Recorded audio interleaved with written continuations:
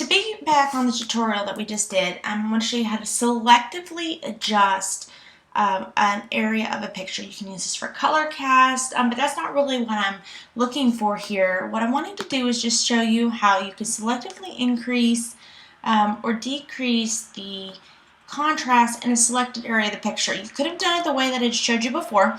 You did it and then mask it.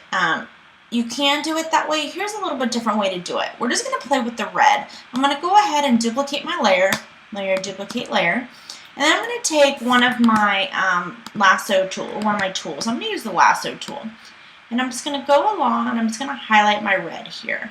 And I'm not going to do it perfect because I want you to see the difference. All right, so I've got that. Now I want you to go to layer, adjustment layer, curves. And if you look on the, okay, now that I selected, I want you to look on the right hand side into the layers palette. My ants on my picture are completely gone. However, don't be alarmed. If you look in the layers palette, it now has made the mask black, so it's hiding everything except for the area that I had selected. So without it, before, remember I selected the red over here. Let me show you that again. I'm going to go ahead and delete it out. All right, here, look at the red on the flag. I've selected the flag. Really no reason why I'm doing that. This is merely to show you that you could do this for any area of a picture that you want a little bit darker and you don't want to use the burn tool, or you just want a little richer color. All right, so I've got this big round blob on my red. I'm going to go to layer, adjustment layer, into curves, again, just like my S-curve. And again, my marching ants are completely gone, and the computer was smart enough to know that I wanted to hide everything else except for that little area. So look at my layers palette. I've got the little white blob, and I've got a red layer mask on top. Now let's go up to the adjustment curves palette. I have not so nice histogram, but we talked about it before. Really not that concerned about it.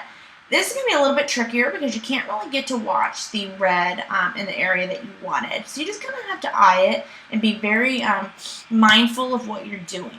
So let's go ahead. I want to make the red a little bit darker. Let's pull down the red. I'm going to pull it way down. Look at that spot. It adjusted just that spot. Obviously, I'm not going to leave it like this. This was just to show you guys how you can do it without having to mess with the entire picture.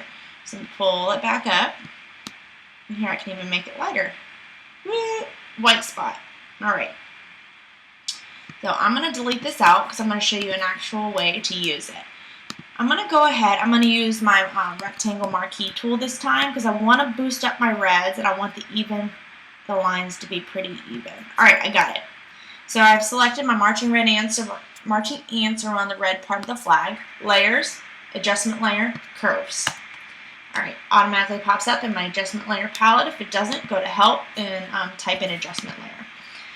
I've got my black mask, which is hiding everything except for the red part, and then you want to make the red just a little bit darker.